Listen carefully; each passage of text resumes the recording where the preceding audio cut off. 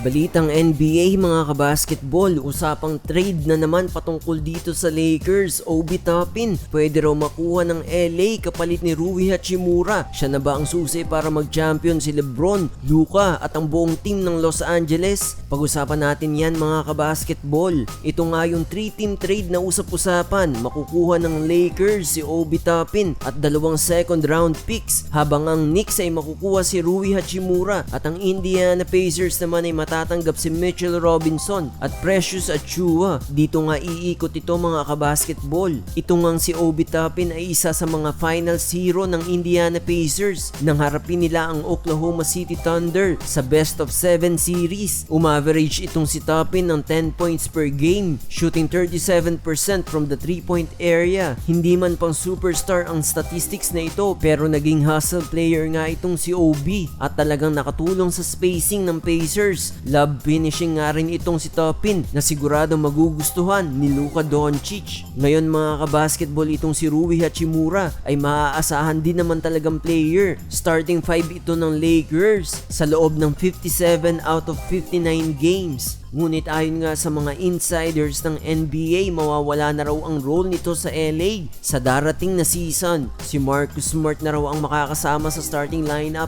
dahil na rin sa kailangan ng Lakers ang defensive presence niya sa backcourt. Kaya mas mabuti na raw i-trade na lang ito mga kabasketball. Ang trade raw na ito ay hindi lamang patungkol sa pagiging fit ni Toppin sa LA, kundi patungkol na rin sa pera. $14.5 million kada taon ang kontrata nitong si Obi. Mas mababa nga yan ng 4.2 million sa kontrata ni Rui. Flexibility raw ito na magbibigay sa Lakers ng kakayahang mag-sign pa ng isa pang player. Si Luka Doncic ang magpapatakbo ng opensa. Si Lebron naman ay palaging malilibre at si Ayton ang bahala sa paint, habang si Toppin ay tatanggap ng mga pasa dito kay Doncic. Yan daw ang spacing na kailangan ng LA. Si Rui Hachimura raw ay mas lalong sisikat sa New York. Kailangan daw ng New York ng mas durable kay Mitchell Robinson at siguradong maibibigay daw yan ni Rui. Subok na raw itong kayang umiskor at kayang dumipensa sa iba't ibang posisyon. Kayo mga kabasketball, ano sa tingin nyo? Dapat na bang i-trade ng Lakers itong si Rui Hachimura para dito kay Obi Toppin, o mas malakas ang LA kung i-retain nila itong si Rui?